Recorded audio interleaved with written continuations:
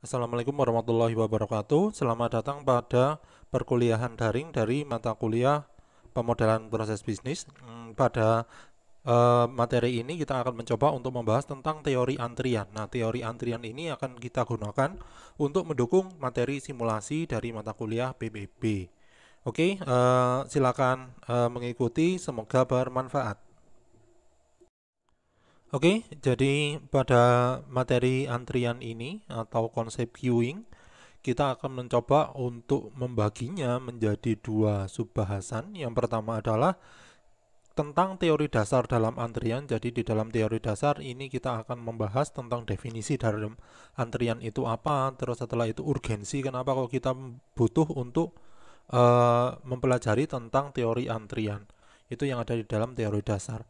Subbahasan yang kedua itu adalah konsep praktis. Yang dimaksud dengan konsep praktis di sini kita akan mencoba untuk melihat formula-formula penting yang perlu ada untuk menghitung suatu kegiatan antrian. Di sini kita akan mencoba untuk menggunakan suatu konsep antrian yang dinamakan single line queue. Ya itu ya, single line, artinya satu antrian saja.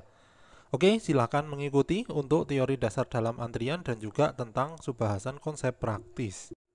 Oke, kita masuk ke dalam bahasan yang pertama tentang teori dasar di dalam antrian. Jadi di sini kita akan mencoba untuk membahas tentang definisi. Terus setelah itu apa sih yang dimaksud dengan teori antrian, dan yang ketiga adalah urgensi, kenapa kok kita perlu menggunakan yang namanya teori antrian. Oke, kita mulai dari definisinya terlebih dahulu. Nah, dari sini, dari apa yang sudah kita lihat pada slide, yang dimaksud dengan antrian itu merupakan suatu barisan, ya, satu baris atau bisa beberapa baris yang paralel yang terdiri dari manusia atau benda lain atau objek lain yang dimana mereka itu menunggu gilirannya untuk dilakukan suatu aktivitas di dalam sebuah proses bisnis. Jadi di sini yang pertama, karakteristik di dalam suatu antrian harus ada yang namanya suatu baris atau barisan.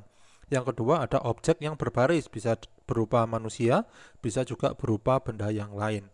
Yang ketiga, harus ada waktu tunggu, itu ya. Dan yang keempat, harus ada kegiatan atau layanan yang bisa diberikan ke manusia atau objek lain ini sehingga bisa berubah atau mendapatkan suatu value dari kegiatan proses bisnis. Nah, itu yang dimaksud dengan definisi antrian. Nah, contohnya apa dari antrian ini? Contohnya adalah antrian bank. Ya, kita sudah pernah ke bank, kita semua sudah pernah ke bank, entah itu untuk melakukan transaksi atau untuk melakukan aktivitas apa. Tentu saja ketika kita datang ke bank, maka kita akan mendapatkan nomor antrian. Nah, di situ kita akan mengantri sebelum kita dipanggil untuk dilakukan pelayanan. Itu yang contoh dari antrian di bank. Antrian yang ada di dalam bank itu objek yang menunggu itu adalah manusia. Sedangkan bagaimana contoh ketika objek yang menunggu itu adalah benda. Di sini contoh yang lain itu adalah antrian dari bahan baku yang akan diproses menjadi barang jadi pada perusahaan manufaktur atau pabrik mie instan, pabrik mobil, dan lain sebagainya. Oke, jadi itu merupakan definisi dari yang namanya suatu antrian. Sekarang kita akan mencoba untuk membahas apa yang dimaksud dengan teori antrian. Nah, teori antrian itu apa sih sebenarnya? Teori antrian ini sebenarnya merupakan suatu konsep matematis. Artinya, teori antrian itu merupakan suatu konsep yang diambil dari konsep matematika dan diadopsi di dalam sistem informasi, terutama di dalam proses bisnis, di dalam aktivitas simulasi. Jadi definisinya, teori antrian itu adalah merupakan konsep matematis yang mempelajari kegiatan antrian, ya. Jadi teknik-teknik pada konsep matematis yang membahas tentang teori antrian ini akan bisa menjadi suatu dasar di dalam pengambilan keputusan tentang apa? Tentang sumber daya yang diperlukan di dalam memberikan suatu layanan yang sesuai dan dianggap layak. Itu yang dimaksud dengan teori antrian. Nah, sekarang kenapa sih kita kok perlu untuk menggunakan teori antrian di dalam menghitung suatu aktivitas queuing atau yang dimaksud dengan antrian?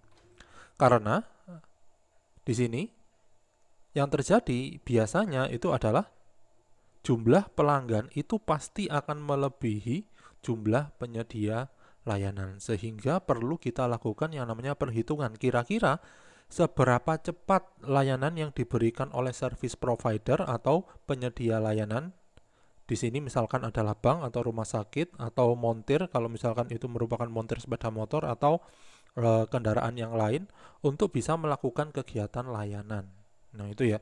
Jadi urgensi penggunaan antrian ini kenapa sih kok harus ada yang namanya suatu perhitungan antrian?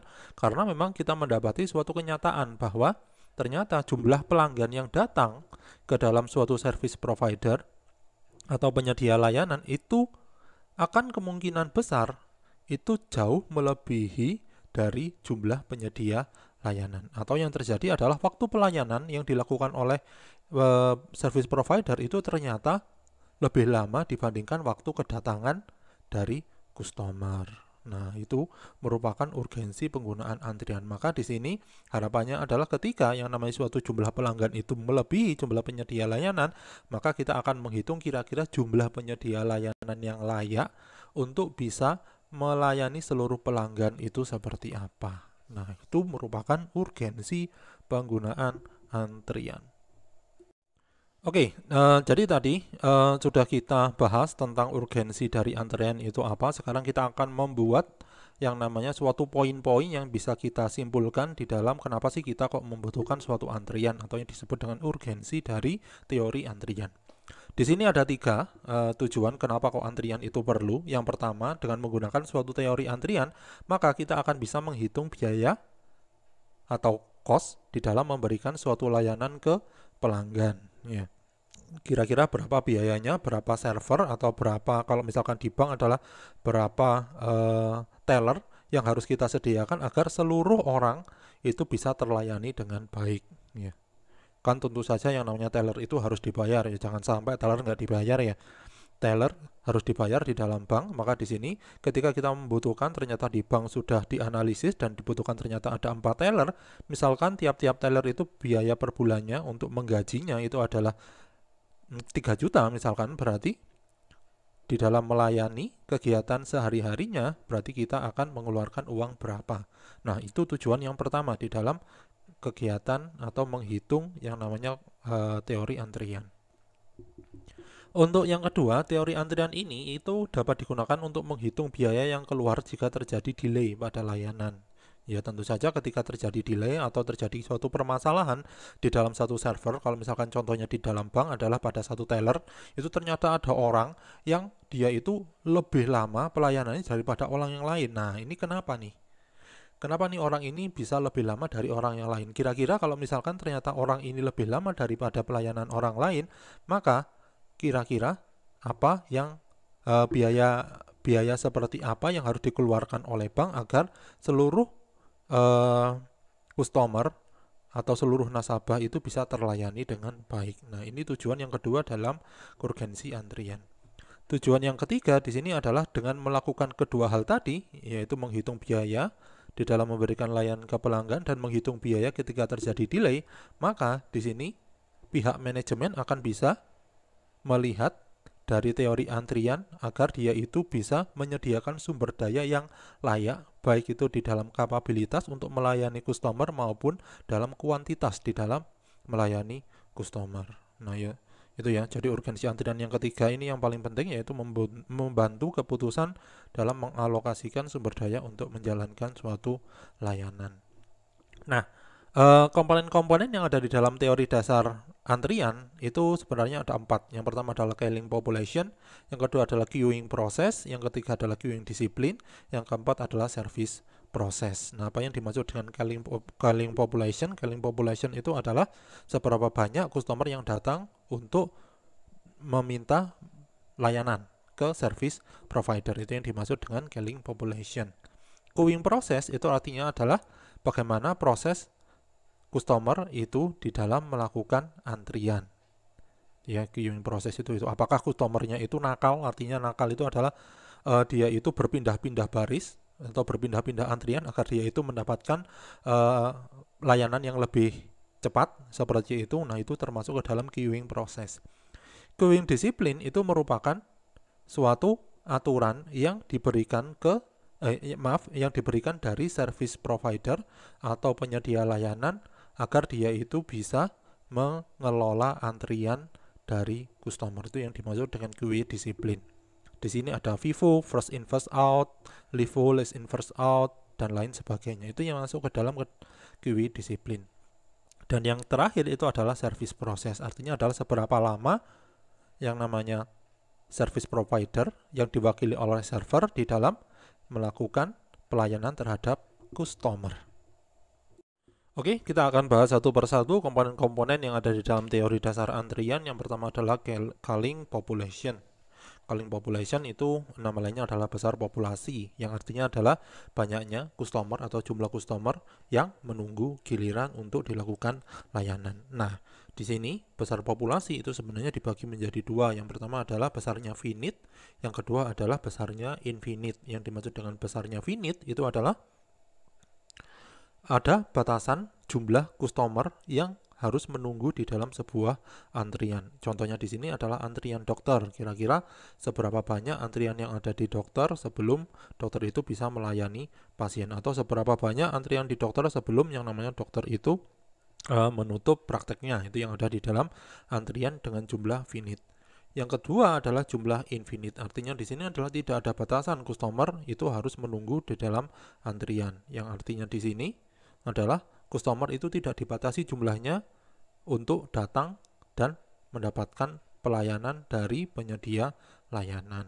Jadi di sini contohnya adalah customer yang datang pada sebuah bank. Itu salah ya tulisannya ya, bukan dating tapi datang. Customer yang datang pada sebuah bank. Berarti di sini customer yang datang pada sebuah bank, ya bank tidak akan mencoba untuk membatasi customer. Ya kalau misalkan datang, ya datang aja si customer gitu loh. Mulai dari jam 7 mungkin pelayanannya, atau jam 8 sampai jam 4. Itu customer akan selalu datang, terserah mereka itu datangnya kapan. Nanti yang disebut dengan infinite. Oke, berdasarkan finite atau banyak finite dan infinite ini, maka kita akan bisa membahas behavior of arrival atau karakteristik kedatangan dari suatu customer ketika mereka itu datang pada seorang atau sebuah service provider. Behavior of arrival-nya itu ada 3 di sini, atau dibagi menjadi 3. Yang pertama adalah bulking, yang kedua adalah reneging, dan yang ketiga adalah jockeying. Yang pertama adalah bulking, yaitu customer yang datang, barusan datang nih customernya ya. Customer datang, terus setelah itu dia itu melihat bahwa ternyata ada antrian gitu untuk melakukan layanan. Karena dia merasa dia tidak punya waktu, maka dia tidak akan masuk ke dalam antrian tersebut, atau dia pada hari itu tidak mendapatkan suatu layanan. Gitu ya. Jadi di sini definisinya customer datang memilih untuk tidak masuk ke dalam antrian karena merasa bahwa antriannya terlalu lama. Itu yang ada di dalam bulking. Yang kedua adalah reneging. Apa yang dimaksud dengan reneging? Yang artinya di sini reneging adalah customer itu meninggalkan antrian karena antrian dirasa terlalu lama. Nah, apa bedanya antara reneging sama bulking? Perbedaannya adalah kalau bulking, customernya baru datang, terus dia melihat antrian, terus dia tidak masuk ke dalam antrian tersebut. Kalau reneging, dia itu sudah masuk ke dalam antrian, dia itu sudah masuk ke dalam waktu tunggu. Cuman karena dia itu sudah lama menunggu dan dirasa terlalu lama, maka dia itu akan keluar dari antrian tersebut. Nah, itu perbedaan antara bulking sama reneging. Kalau bulking dia baru datang tapi nggak ikut. Kalau reneging dia itu sudah terlanjur ikut, tetapi dia itu terus keluar dari antrian. Yang ketiga adalah jockeying. Nah, apa yang dimaksud dengan jockey di sini artinya adalah customernya nakal nih, berpindah ke antrian yang lain. Kalau misalkan antrian itu ada secara paralel, dengan harapan agar dia itu dapat memperoleh pelayanan dengan cepat. Nah, itu yang dimaksud dengan behavior of arrival atau karakteristik kedatangan dari customer pada teori dasar di dalam antrian. Oke, kita lanjutkan dari customer tadi. Yang selanjutnya adalah pattern of arrival. Yang dimaksud dengan pattern of arrival itu adalah pola kedatangan customer.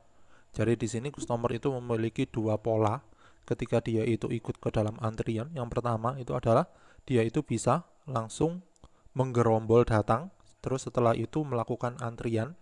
Itu yang pertama, atau ciri yang pertama, atau pola yang pertama. Atau dia itu masuk ke dalam pola yang kedua. Pola yang kedua itu artinya dia itu terjadwal untuk datang setiap 6 menit sekali, setiap 7 menit sekali. Atau dia itu tidak antara satu orang dan orang lain yang ada di dalam antrian itu bisa juga ada waktu gapnya, tetapi di situ tidak terjadwal atau random. Artinya orang pertama dengan orang kedua, waktu datangnya kira-kira ada jarak sekitar 6 menit. Antara orang ketiga, antara orang dua dengan orang yang ketiga, misalkan waktu datangnya itu berjarak 10 menit dan lain sebagainya. Jadi di sini ada dua pola kedatangan. Yang pertama bisa datang secara menggerumbul, secara bersamaan, terus habis itu ngantri. Atau yang kedua ada jarak waktu yang memisahkan antara customer satu dengan customer yang lain. Nah, ketika kita melihat bahwa ada pattern atau pola yang bisa dihitung atau bisa diobservasi pada suatu kedatangan customer, maka di sini akan dibagi menjadi dua pattern atau pola kedatangan customer, yaitu pattern atau pola dengan distribusi Poisson. Yang kedua adalah pattern atau pola dengan distribusi eksponensial. Nah, apa sih yang dimaksud dengan distribusi Poisson ini?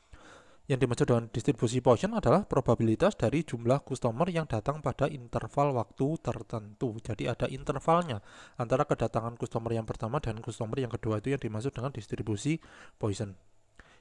Sedangkan distribusi eksponensial itu adalah probabilitas adanya jarak waktu antara dua kedatangan yang saling berurutan. Artinya berapa probabilitasnya antara orang yang datang pada waktu pertama dengan waktu yang kedua.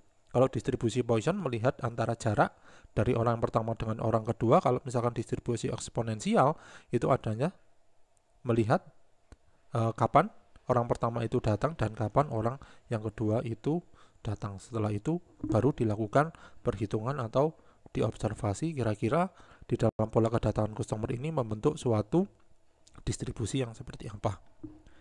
Oke, kita masuk ke dalam pembahasan yang kedua, yaitu tentang proses antrian ya. Tentang proses antrian ya, ini proses antrian. Jadi proses antrian itu apa sih? Yang dimaksud dengan proses antrian itu adalah jumlah atau panjang antrian ya. Jadi yang sebenarnya secara sederhana yang dimaksud dengan proses antrian itu adalah kita akan mencoba untuk melihat atau mengobservasi jumlah dan panjang dari sebuah antrian. Nah, proses antrian itu dibagi menjadi tiga. Yang pertama itu adalah finite source queue. Yang kedua adalah infinite source queue. Yang ketiga adalah jockeying. Ya. Artinya apa? Finite source queue artinya adalah layanan itu akan diberikan pada jumlah customer yang terbatas atau terbatas saja customer yang akan diberikan suatu layanan. Contohnya seperti apa? Contohnya seperti di restoran. Ya, kita tahu bahwa di dalam suatu restoran mejanya cuma beberapa, tidak mejanya itu sangat banyak sekali digunakan untuk makan secara massal. Ya, begitu juga untuk nonton di bioskop, kan kursinya terbatas. Ya. Maka di sini ketika kita mendapati suatu karakteristik antrian yang mana layanan yang diberikan itu diperuntukkan bagi jumlah customer yang terbatas, maka itu akan masuk ke dalam finite source queue. Sedangkan apa yang dimaksud dengan infinite source queue? Kebalikannya dari finite source queue. Infinite source queue merupakan layanan yang diberikan pada seluruh customer yang datang. Contohnya adalah order baju ke penjahit. Terus setelah itu pelaksanaan transaksi atau antrian yang ada di bank itu termasuk ke dalam infinite source queue. Setiap orang yang datang itu pasti akan dilayani. Itu maksudnya dari infinite source queue. Yang ketiga di sini adalah proses antrian yang masuk ke dalam jockeying. Ya, tadi jockeying adalah customer berpindah dari antrian lain ke antrian satu ke antrian yang lain. Oke, jadi itu terkait dengan proses antrian.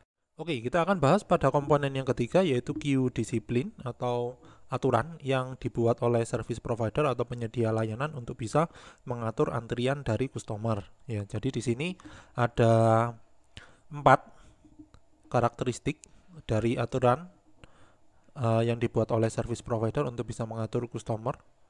Yang pertama adalah first come first serve atau yang disebut dengan first in first out. Kependekannya itu adalah FIFO, first come first serve atau first in first out.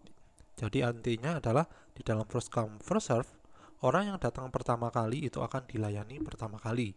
Itu yang ada di dalam first in first out. Untuk yang kedua, aturannya adalah last come first serve, atau yang disebut dengan last in first out atau LIFO. Nah, berarti kalau LIFO ini orang yang datang terakhir itu akan dilayani dahulu. Itu yang dimaksud dengan last in first out. Yang ketiga itu adalah random order, ya kita random, atau yang namanya suatu service provider itu random saja untuk melayani si customer. Bisa saja customer yang paling awal itu customer yang datang yang ketiga. Untuk besoknya bisa saja yang kelima yang datang baru dia itu bisa dilayani, dan begitu seterusnya. Itu yang dimaksud dengan random order. Dan yang keempat itu adalah emergency, yang artinya adalah ada beberapa customer yang memang dia itu didahulukan untuk dilakukan pelayanan karena memang dia itu butuh pada waktu tersebut dengan genting, kebutuhannya sangat mendesak. Contohnya apa? UGD, ya. Di dalam UGD tentu saja kalau misalkan UGD itu kedapatan ada orang yang di situ orangnya itu sudah habis kecelakaan, parah sekali penyakitnya, maka dia itu akan dilayani lebih awal daripada orang yang datang dengan sakit yang lebih ringan daripada orang yang kecelakaan tadi. Itu yang dimaksud dengan QI disiplin. Ya, dapat kita ingat. Jadi QI disiplin itu merupakan aturan yang dibuat oleh service provider untuk bisa melayani customer. Ada 4. Yang pertama adalah first come first serve. Yang kedua adalah last come first serve. Yang ketiga adalah random order, dan yang keempat adalah emergency. Oke. Jadi apa sih yang dimaksud dengan service process di sini? Yang dimaksud dengan service process yaitu aktivitas yang dilakukan oleh manusia atau mesin untuk bisa memberikan pelayanan kepada customer. Ya tadi ya, kita kurang untuk mendefinisikan apa yang dimaksud dengan service process. Nah, di sini ada aturan bahwa ketika seorang service provider atau sebuah service provider mengubah QI disiplin atau aturan di dalam antrian, maka hal itu akan bisa mengurangi yang namanya jumlah antrian yang ada.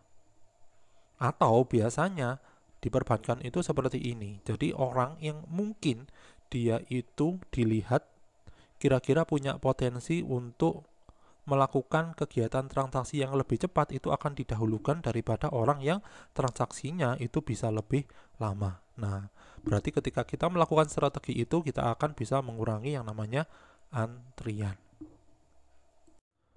Oke, setelah kita membahas tentang komponen-komponen yang ada di dalam teori antrian, sekarang kita akan mencoba untuk melihat kalimat-kalimat penting atau kata-kata penting atau hal-hal yang penting yang harus kita perhatikan di dalam teori antrian. Hal-hal penting ini perlu untuk kita perhatikan. Kenapa? Karena ini akan menjadi acuan kita di dalam menghitung teori antrian.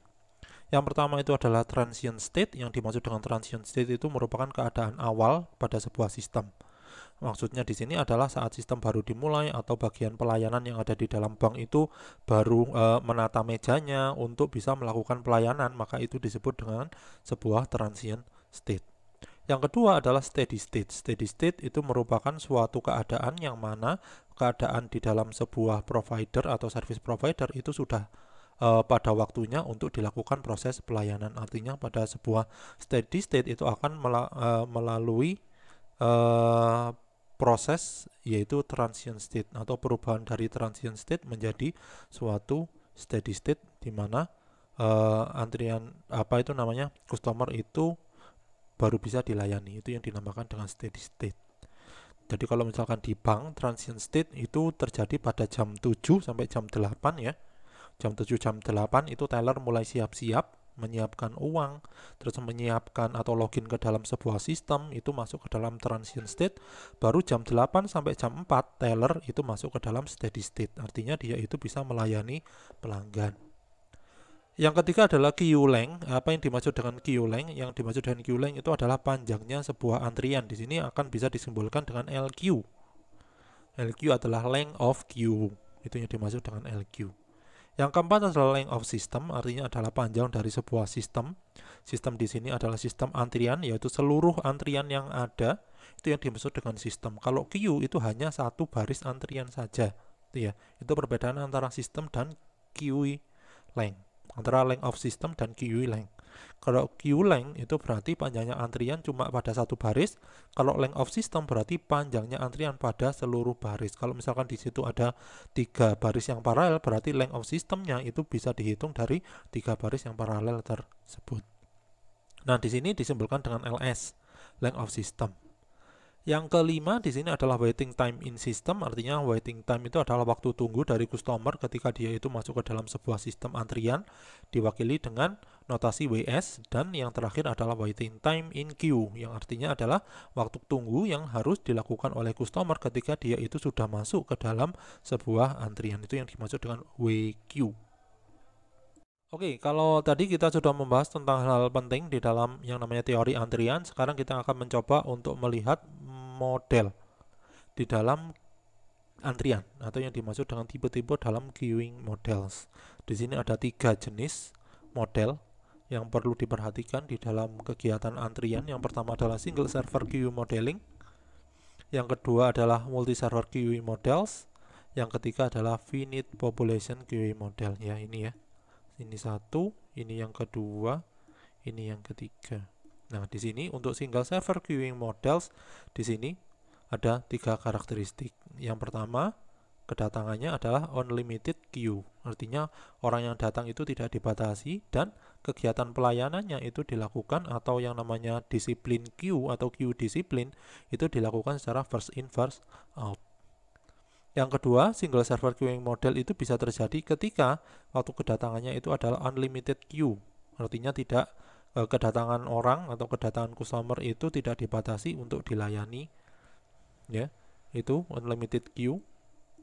Dan yang disiplin atau aturan pelayanannya atau aturan antriannya itu adalah zero atau yang dimaksud dengan service in random order atau random order. Yang ketiga adalah dia itu memiliki karakteristik yang pertama adalah limited queue dan dilakukan kegiatan antrian atau aturan antriannya adalah first in first out.